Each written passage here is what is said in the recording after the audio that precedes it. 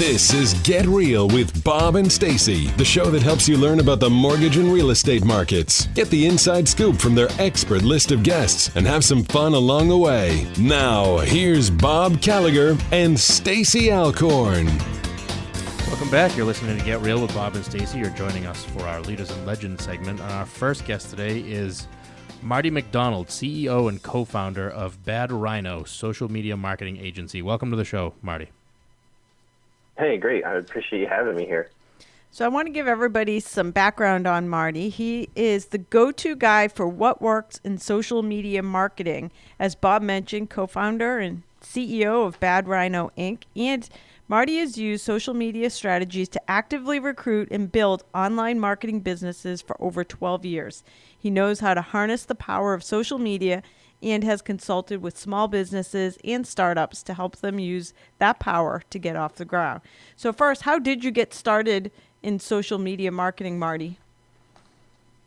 It's a long story because it feels like I started in social media and digital marketing when it was in its infancy. So back in 2002, while I was a headhunter, I started really getting into the earliest forms of LinkedIn. And I was like, oh, this is cool. Like, people are putting their information out there and you could connect with them really easy. You know, and back then it was still cold calling, there's still email going on, but having this newfangled little thing that you could connect and create a community or interact with people was really cool. And I started to gravitate towards the social aspect of it, and it helped me find jobs to fill, but it also helped me connect with more candidates and get more referrals. And I started looking around on the internet because I was like, maybe this will tie into some internet marketing things. And that was the birth of it. Back in 2002, I started out as a hobby. Then it became a well-paying hobby for the next 2-3 years. And then in 2005, I started consulting with a lot of small businesses. And fast forward to 2010, that turned into a full-blown agency called Bad Rhino. Awesome. Where did the name come from? Everybody asked that question, and I'm pretty sure that's why we kept it. My business partner at the time, he and I were working at a different company, and he had come into my office and basically said, you know what, I don't feel like doing this anymore. And I laughed, and I'm like, well, what do you mean, work for me? And he's like, no, just the work, this type of work. And he's like, I have an idea, and people have been asking me about it. And I said, okay, well, let me hear it.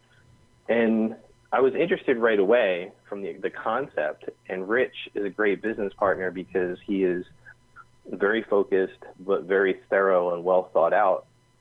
And once he laid out this plan, I said, Rich, this is interesting, you know, building it off your current blog and current brand that he had called Corn on the Job. He had built a massive social media following that got him interviews and got him placed in articles and things like that. People started asking him, Rich, how are you doing this? So him being that well thought out person, I said, Rich, come up with a name for this. And then once you have the name, you know, I'll help you hash out some details, and, you know, maybe we can put something together and you could have this little consulting type agency.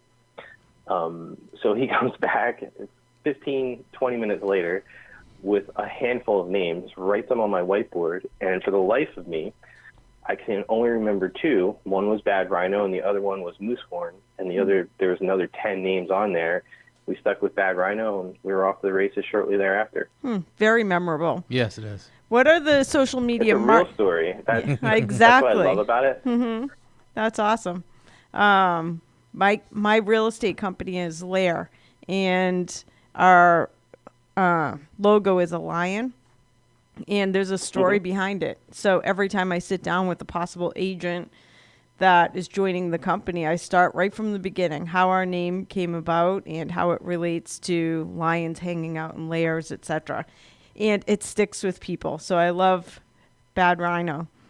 That's awesome. Thank you. Yeah. What are the social media marketing challenges for businesses and entrepreneurs as you see it? I think the biggest one, and this is just about everybody. I mean, every size company, every marketing department, every entrepreneur, every small business owner, they get caught up in what's new. They don't necessarily chase the shiny object all over the place, but they get caught up in what could this new thing do for my business, rather than being just like anything else in life. If you're consistent with something, you can get good at it, you'll start to see results. and they're not immediate, but there's an effect to it, just residual effect to it. And that's what I see is we have so many people come to us at first, and they're like, we don't even know where to start. And some of them have established businesses, and some of them are starting out. And it's really fascinating to see that. Now, 7 years ago, it was like, hey, we don't know where to start because we don't understand it. Fast forward 7 years, it's, hey, we don't even know like where we should focus because it seems to be just a new something every single day. That's the biggest challenge. And what I tell everybody to overcome that challenge is wherever your market is and whoever the people who you are that you sell to, that's where you want to be. I hear people like, well, we want to start an Instagram, page. That's fine. Go ahead. But do you have anybody there that you think would, take a look at your service? Mm-hmm. No, we actually think they're on LinkedIn or Facebook. We'll start there and get good at one and then move on to the next ones because they can all tie together in some way. Right. So how can a business leverage their social media? The biggest part is to communicate with current customers first. And then the second phase of it would be to acquire new customers. So the best way to do it is to inform them and entertain them. Let's just take something simple, like a restaurant. It's a very simple idea. Let's just say you serve breakfast, lunch, and dinner, and your main focus is on dinner is you have a great wine collection. So instead of inundating everybody with just wine, since you're known for it, what you want to do is maybe just put things that pair well with the wine, educate the consumer why they might come in there, what makes it a little bit different, but also share wine news and food news just for that general area. That sounds simple, and most people go, well, that seems like a waste of time. But that's what people are doing day in, day out, flipping on their phones. They're looking for interesting things to read while they're at work or while they're waiting at the doctor's office and things like that. If you hit them with a sales thing, it tends to turn people off. So you have to come up with a way that your audience starts to engage, and you have to look at your analytics, and it's a process. So the best way to do it is to start to educate your current consumers, get them to take a look at something that might be interesting to them and share it. It goes back to basic common sense business, in my opinion, where when you walk into a store, they would know your name because you're local to that neighborhood or wherever. They would just know your name, knew what you wanted, or had some semblance of an idea of who you are and what your shopping habits were, and they would cater to you. And I think people like that, and social media can put that bridge to it. Mm-hmm. And then there's a whole list of other things where you can build email lists and start to target new people and new customers to get on their radar. You can really talk about this for hours on end. It's so interesting. Basically, and I'll let you tell me what pieces I might be missing, but for my own company Facebook page, first of all, I think that when it comes to social media strategy, would you agree that you have to help people not only have a great, for example, business page, but sometimes you really have to help the individual person just have a presence on Facebook? Is that true? Yeah, it's true. It depends on your business. Like if you were to search me in my personal life, I don't put a lot of things out there. Mm-hmm. I would keep my personal page more business focused and some fun. I do testing on my page. Yeah. So I might comment on a wacky political post just to see how the algorithm responds to me. But it really depends on the personality of the person and what they want to be online. And that's where we start at Bad Rhino is we talk to everybody and go, okay, what's your voice online? Who do you want to be? It shouldn't be much different than who you are in real life because you need that transparency because once people meet you and you create a business relationship, they want to know who they're working with. Right. But at the same time, there's differences between what you might post personally versus what you might post professionally. So you come up with that just style there. And the next phase of that, to your point, is helping them establish that and saying, okay, who do you want to be? You want to be, for Marty McDonald, it's Bad Rhino. He runs Bad Rhino, and he also has golf and beer clients, but also has golf and beer brands under Bad Rhino. So I'm going to talk a lot about me playing golf and, testing and trying out new beers. Right.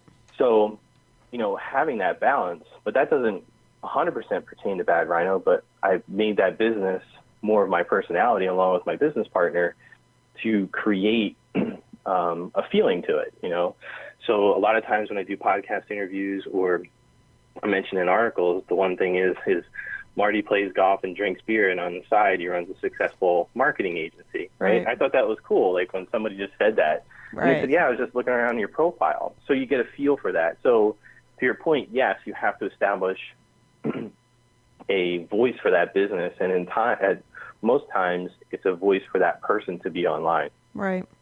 And also what you're really laying out here is businesses should have some sort of strategy so that you're not necessarily just posting willy-nilly.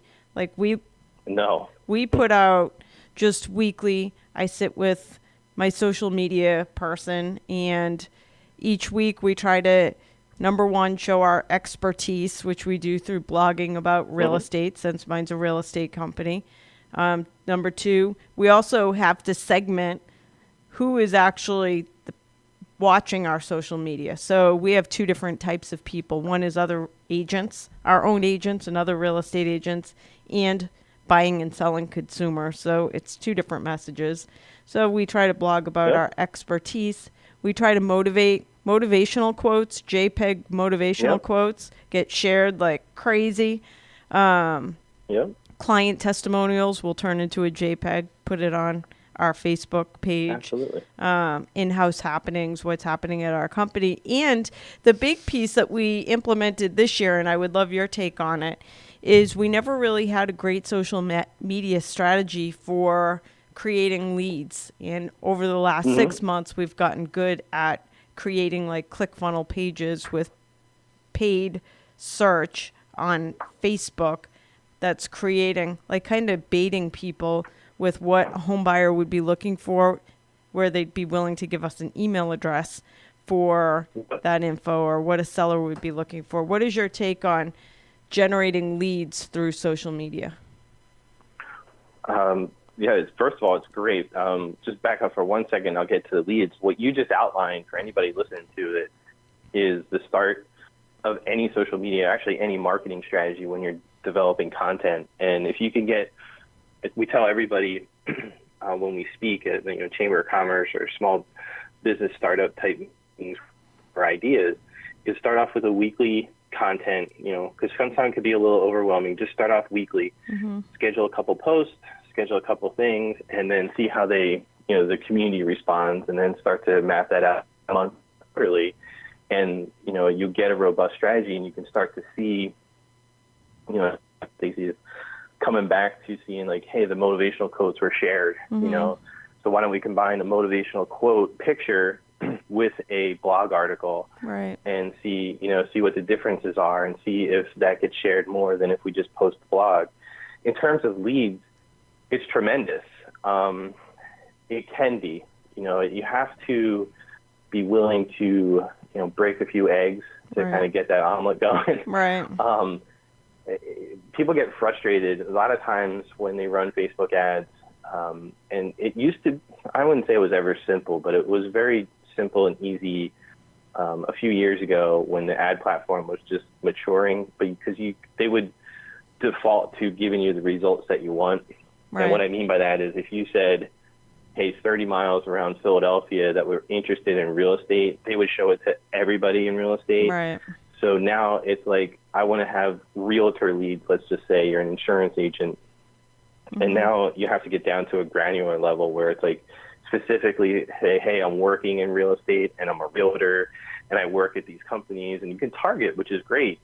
But it takes a little bit of time to get that targeting down. And sometimes people burn through money not knowing what they're doing, and they get frustrated with it. And we hear that quite often. But I love it for leads and emails. And you really have to just dial it in and make sure you're getting adequate, first off, adequate response. Second, make sure they're legit. And what I mean by that is when you start emailing them, start to look at your open rates. Yes. We've had a lot of people come through and talk with us, and they say, this is great. We built a 4,000 person email list through Facebook ads, but we're looking to take it next level. So we're looking to outsource some things, and we're talking to Bad Rhino. And I get all excited because I'm like, wow, that was awesome. They built an email list already on their own, so they kind of know what's going on. And I find out, like, well, how many times have you emailed the list? Well, we haven't emailed it yet. And it's like, okay, how do you even know if that data that you just got was any good? So Absolutely. It's important to get the leads and then start emailing right away so that, say you get leads on Sunday, you could wait, they opt in, they get something to download, so they have an instant, that's number one. Then number two, you want to email that list on a weekly basis just to see who's opening it, number one. Number two, if anybody's clicking through. And then more importantly, number three, if they leave. Sometimes people will see like a PDF or like a little video series, and they get it, and then they just leave because they're like, this is what I was looking for, but I want to go with somebody else for the service. So it's important to get the leads, but also engage with them immediately. But Facebook's great for lead generation these days. That's awesome. And I think it's all about tweaking. Like you just gave me an awesome idea. Constantly. Yeah, like taking those motivational quotes, embedding them into the articles so that I bet it will increase the number of shares on those expert blog pieces. So that's awesome. Well, tons of great stuff. For anybody that's listening, by the way, we have Marty McDonald from Bad Rhino, a marketing and social media company. Where can people find you? You can simply go to badrhinoinc.com. We have a blog on there with a lot of great information. And every interview I do, this has been a good thing and a bad thing, but it's been more good than bad. I just give out my email. If you send me an email, mention that you heard me on this radio show, I will gladly respond to that question as fast as I can. And it's Marty, M-A-R-T-Y, at badrhinoinc.com. And our website has all our other information, so check it out. Awesome. Thank you so much for your time today, Marty. Thanks, Marty. Thank you. Great to talk to you guys. I appreciate it. We're going to take a quick commercial break. We'll be back with more Get Real after this.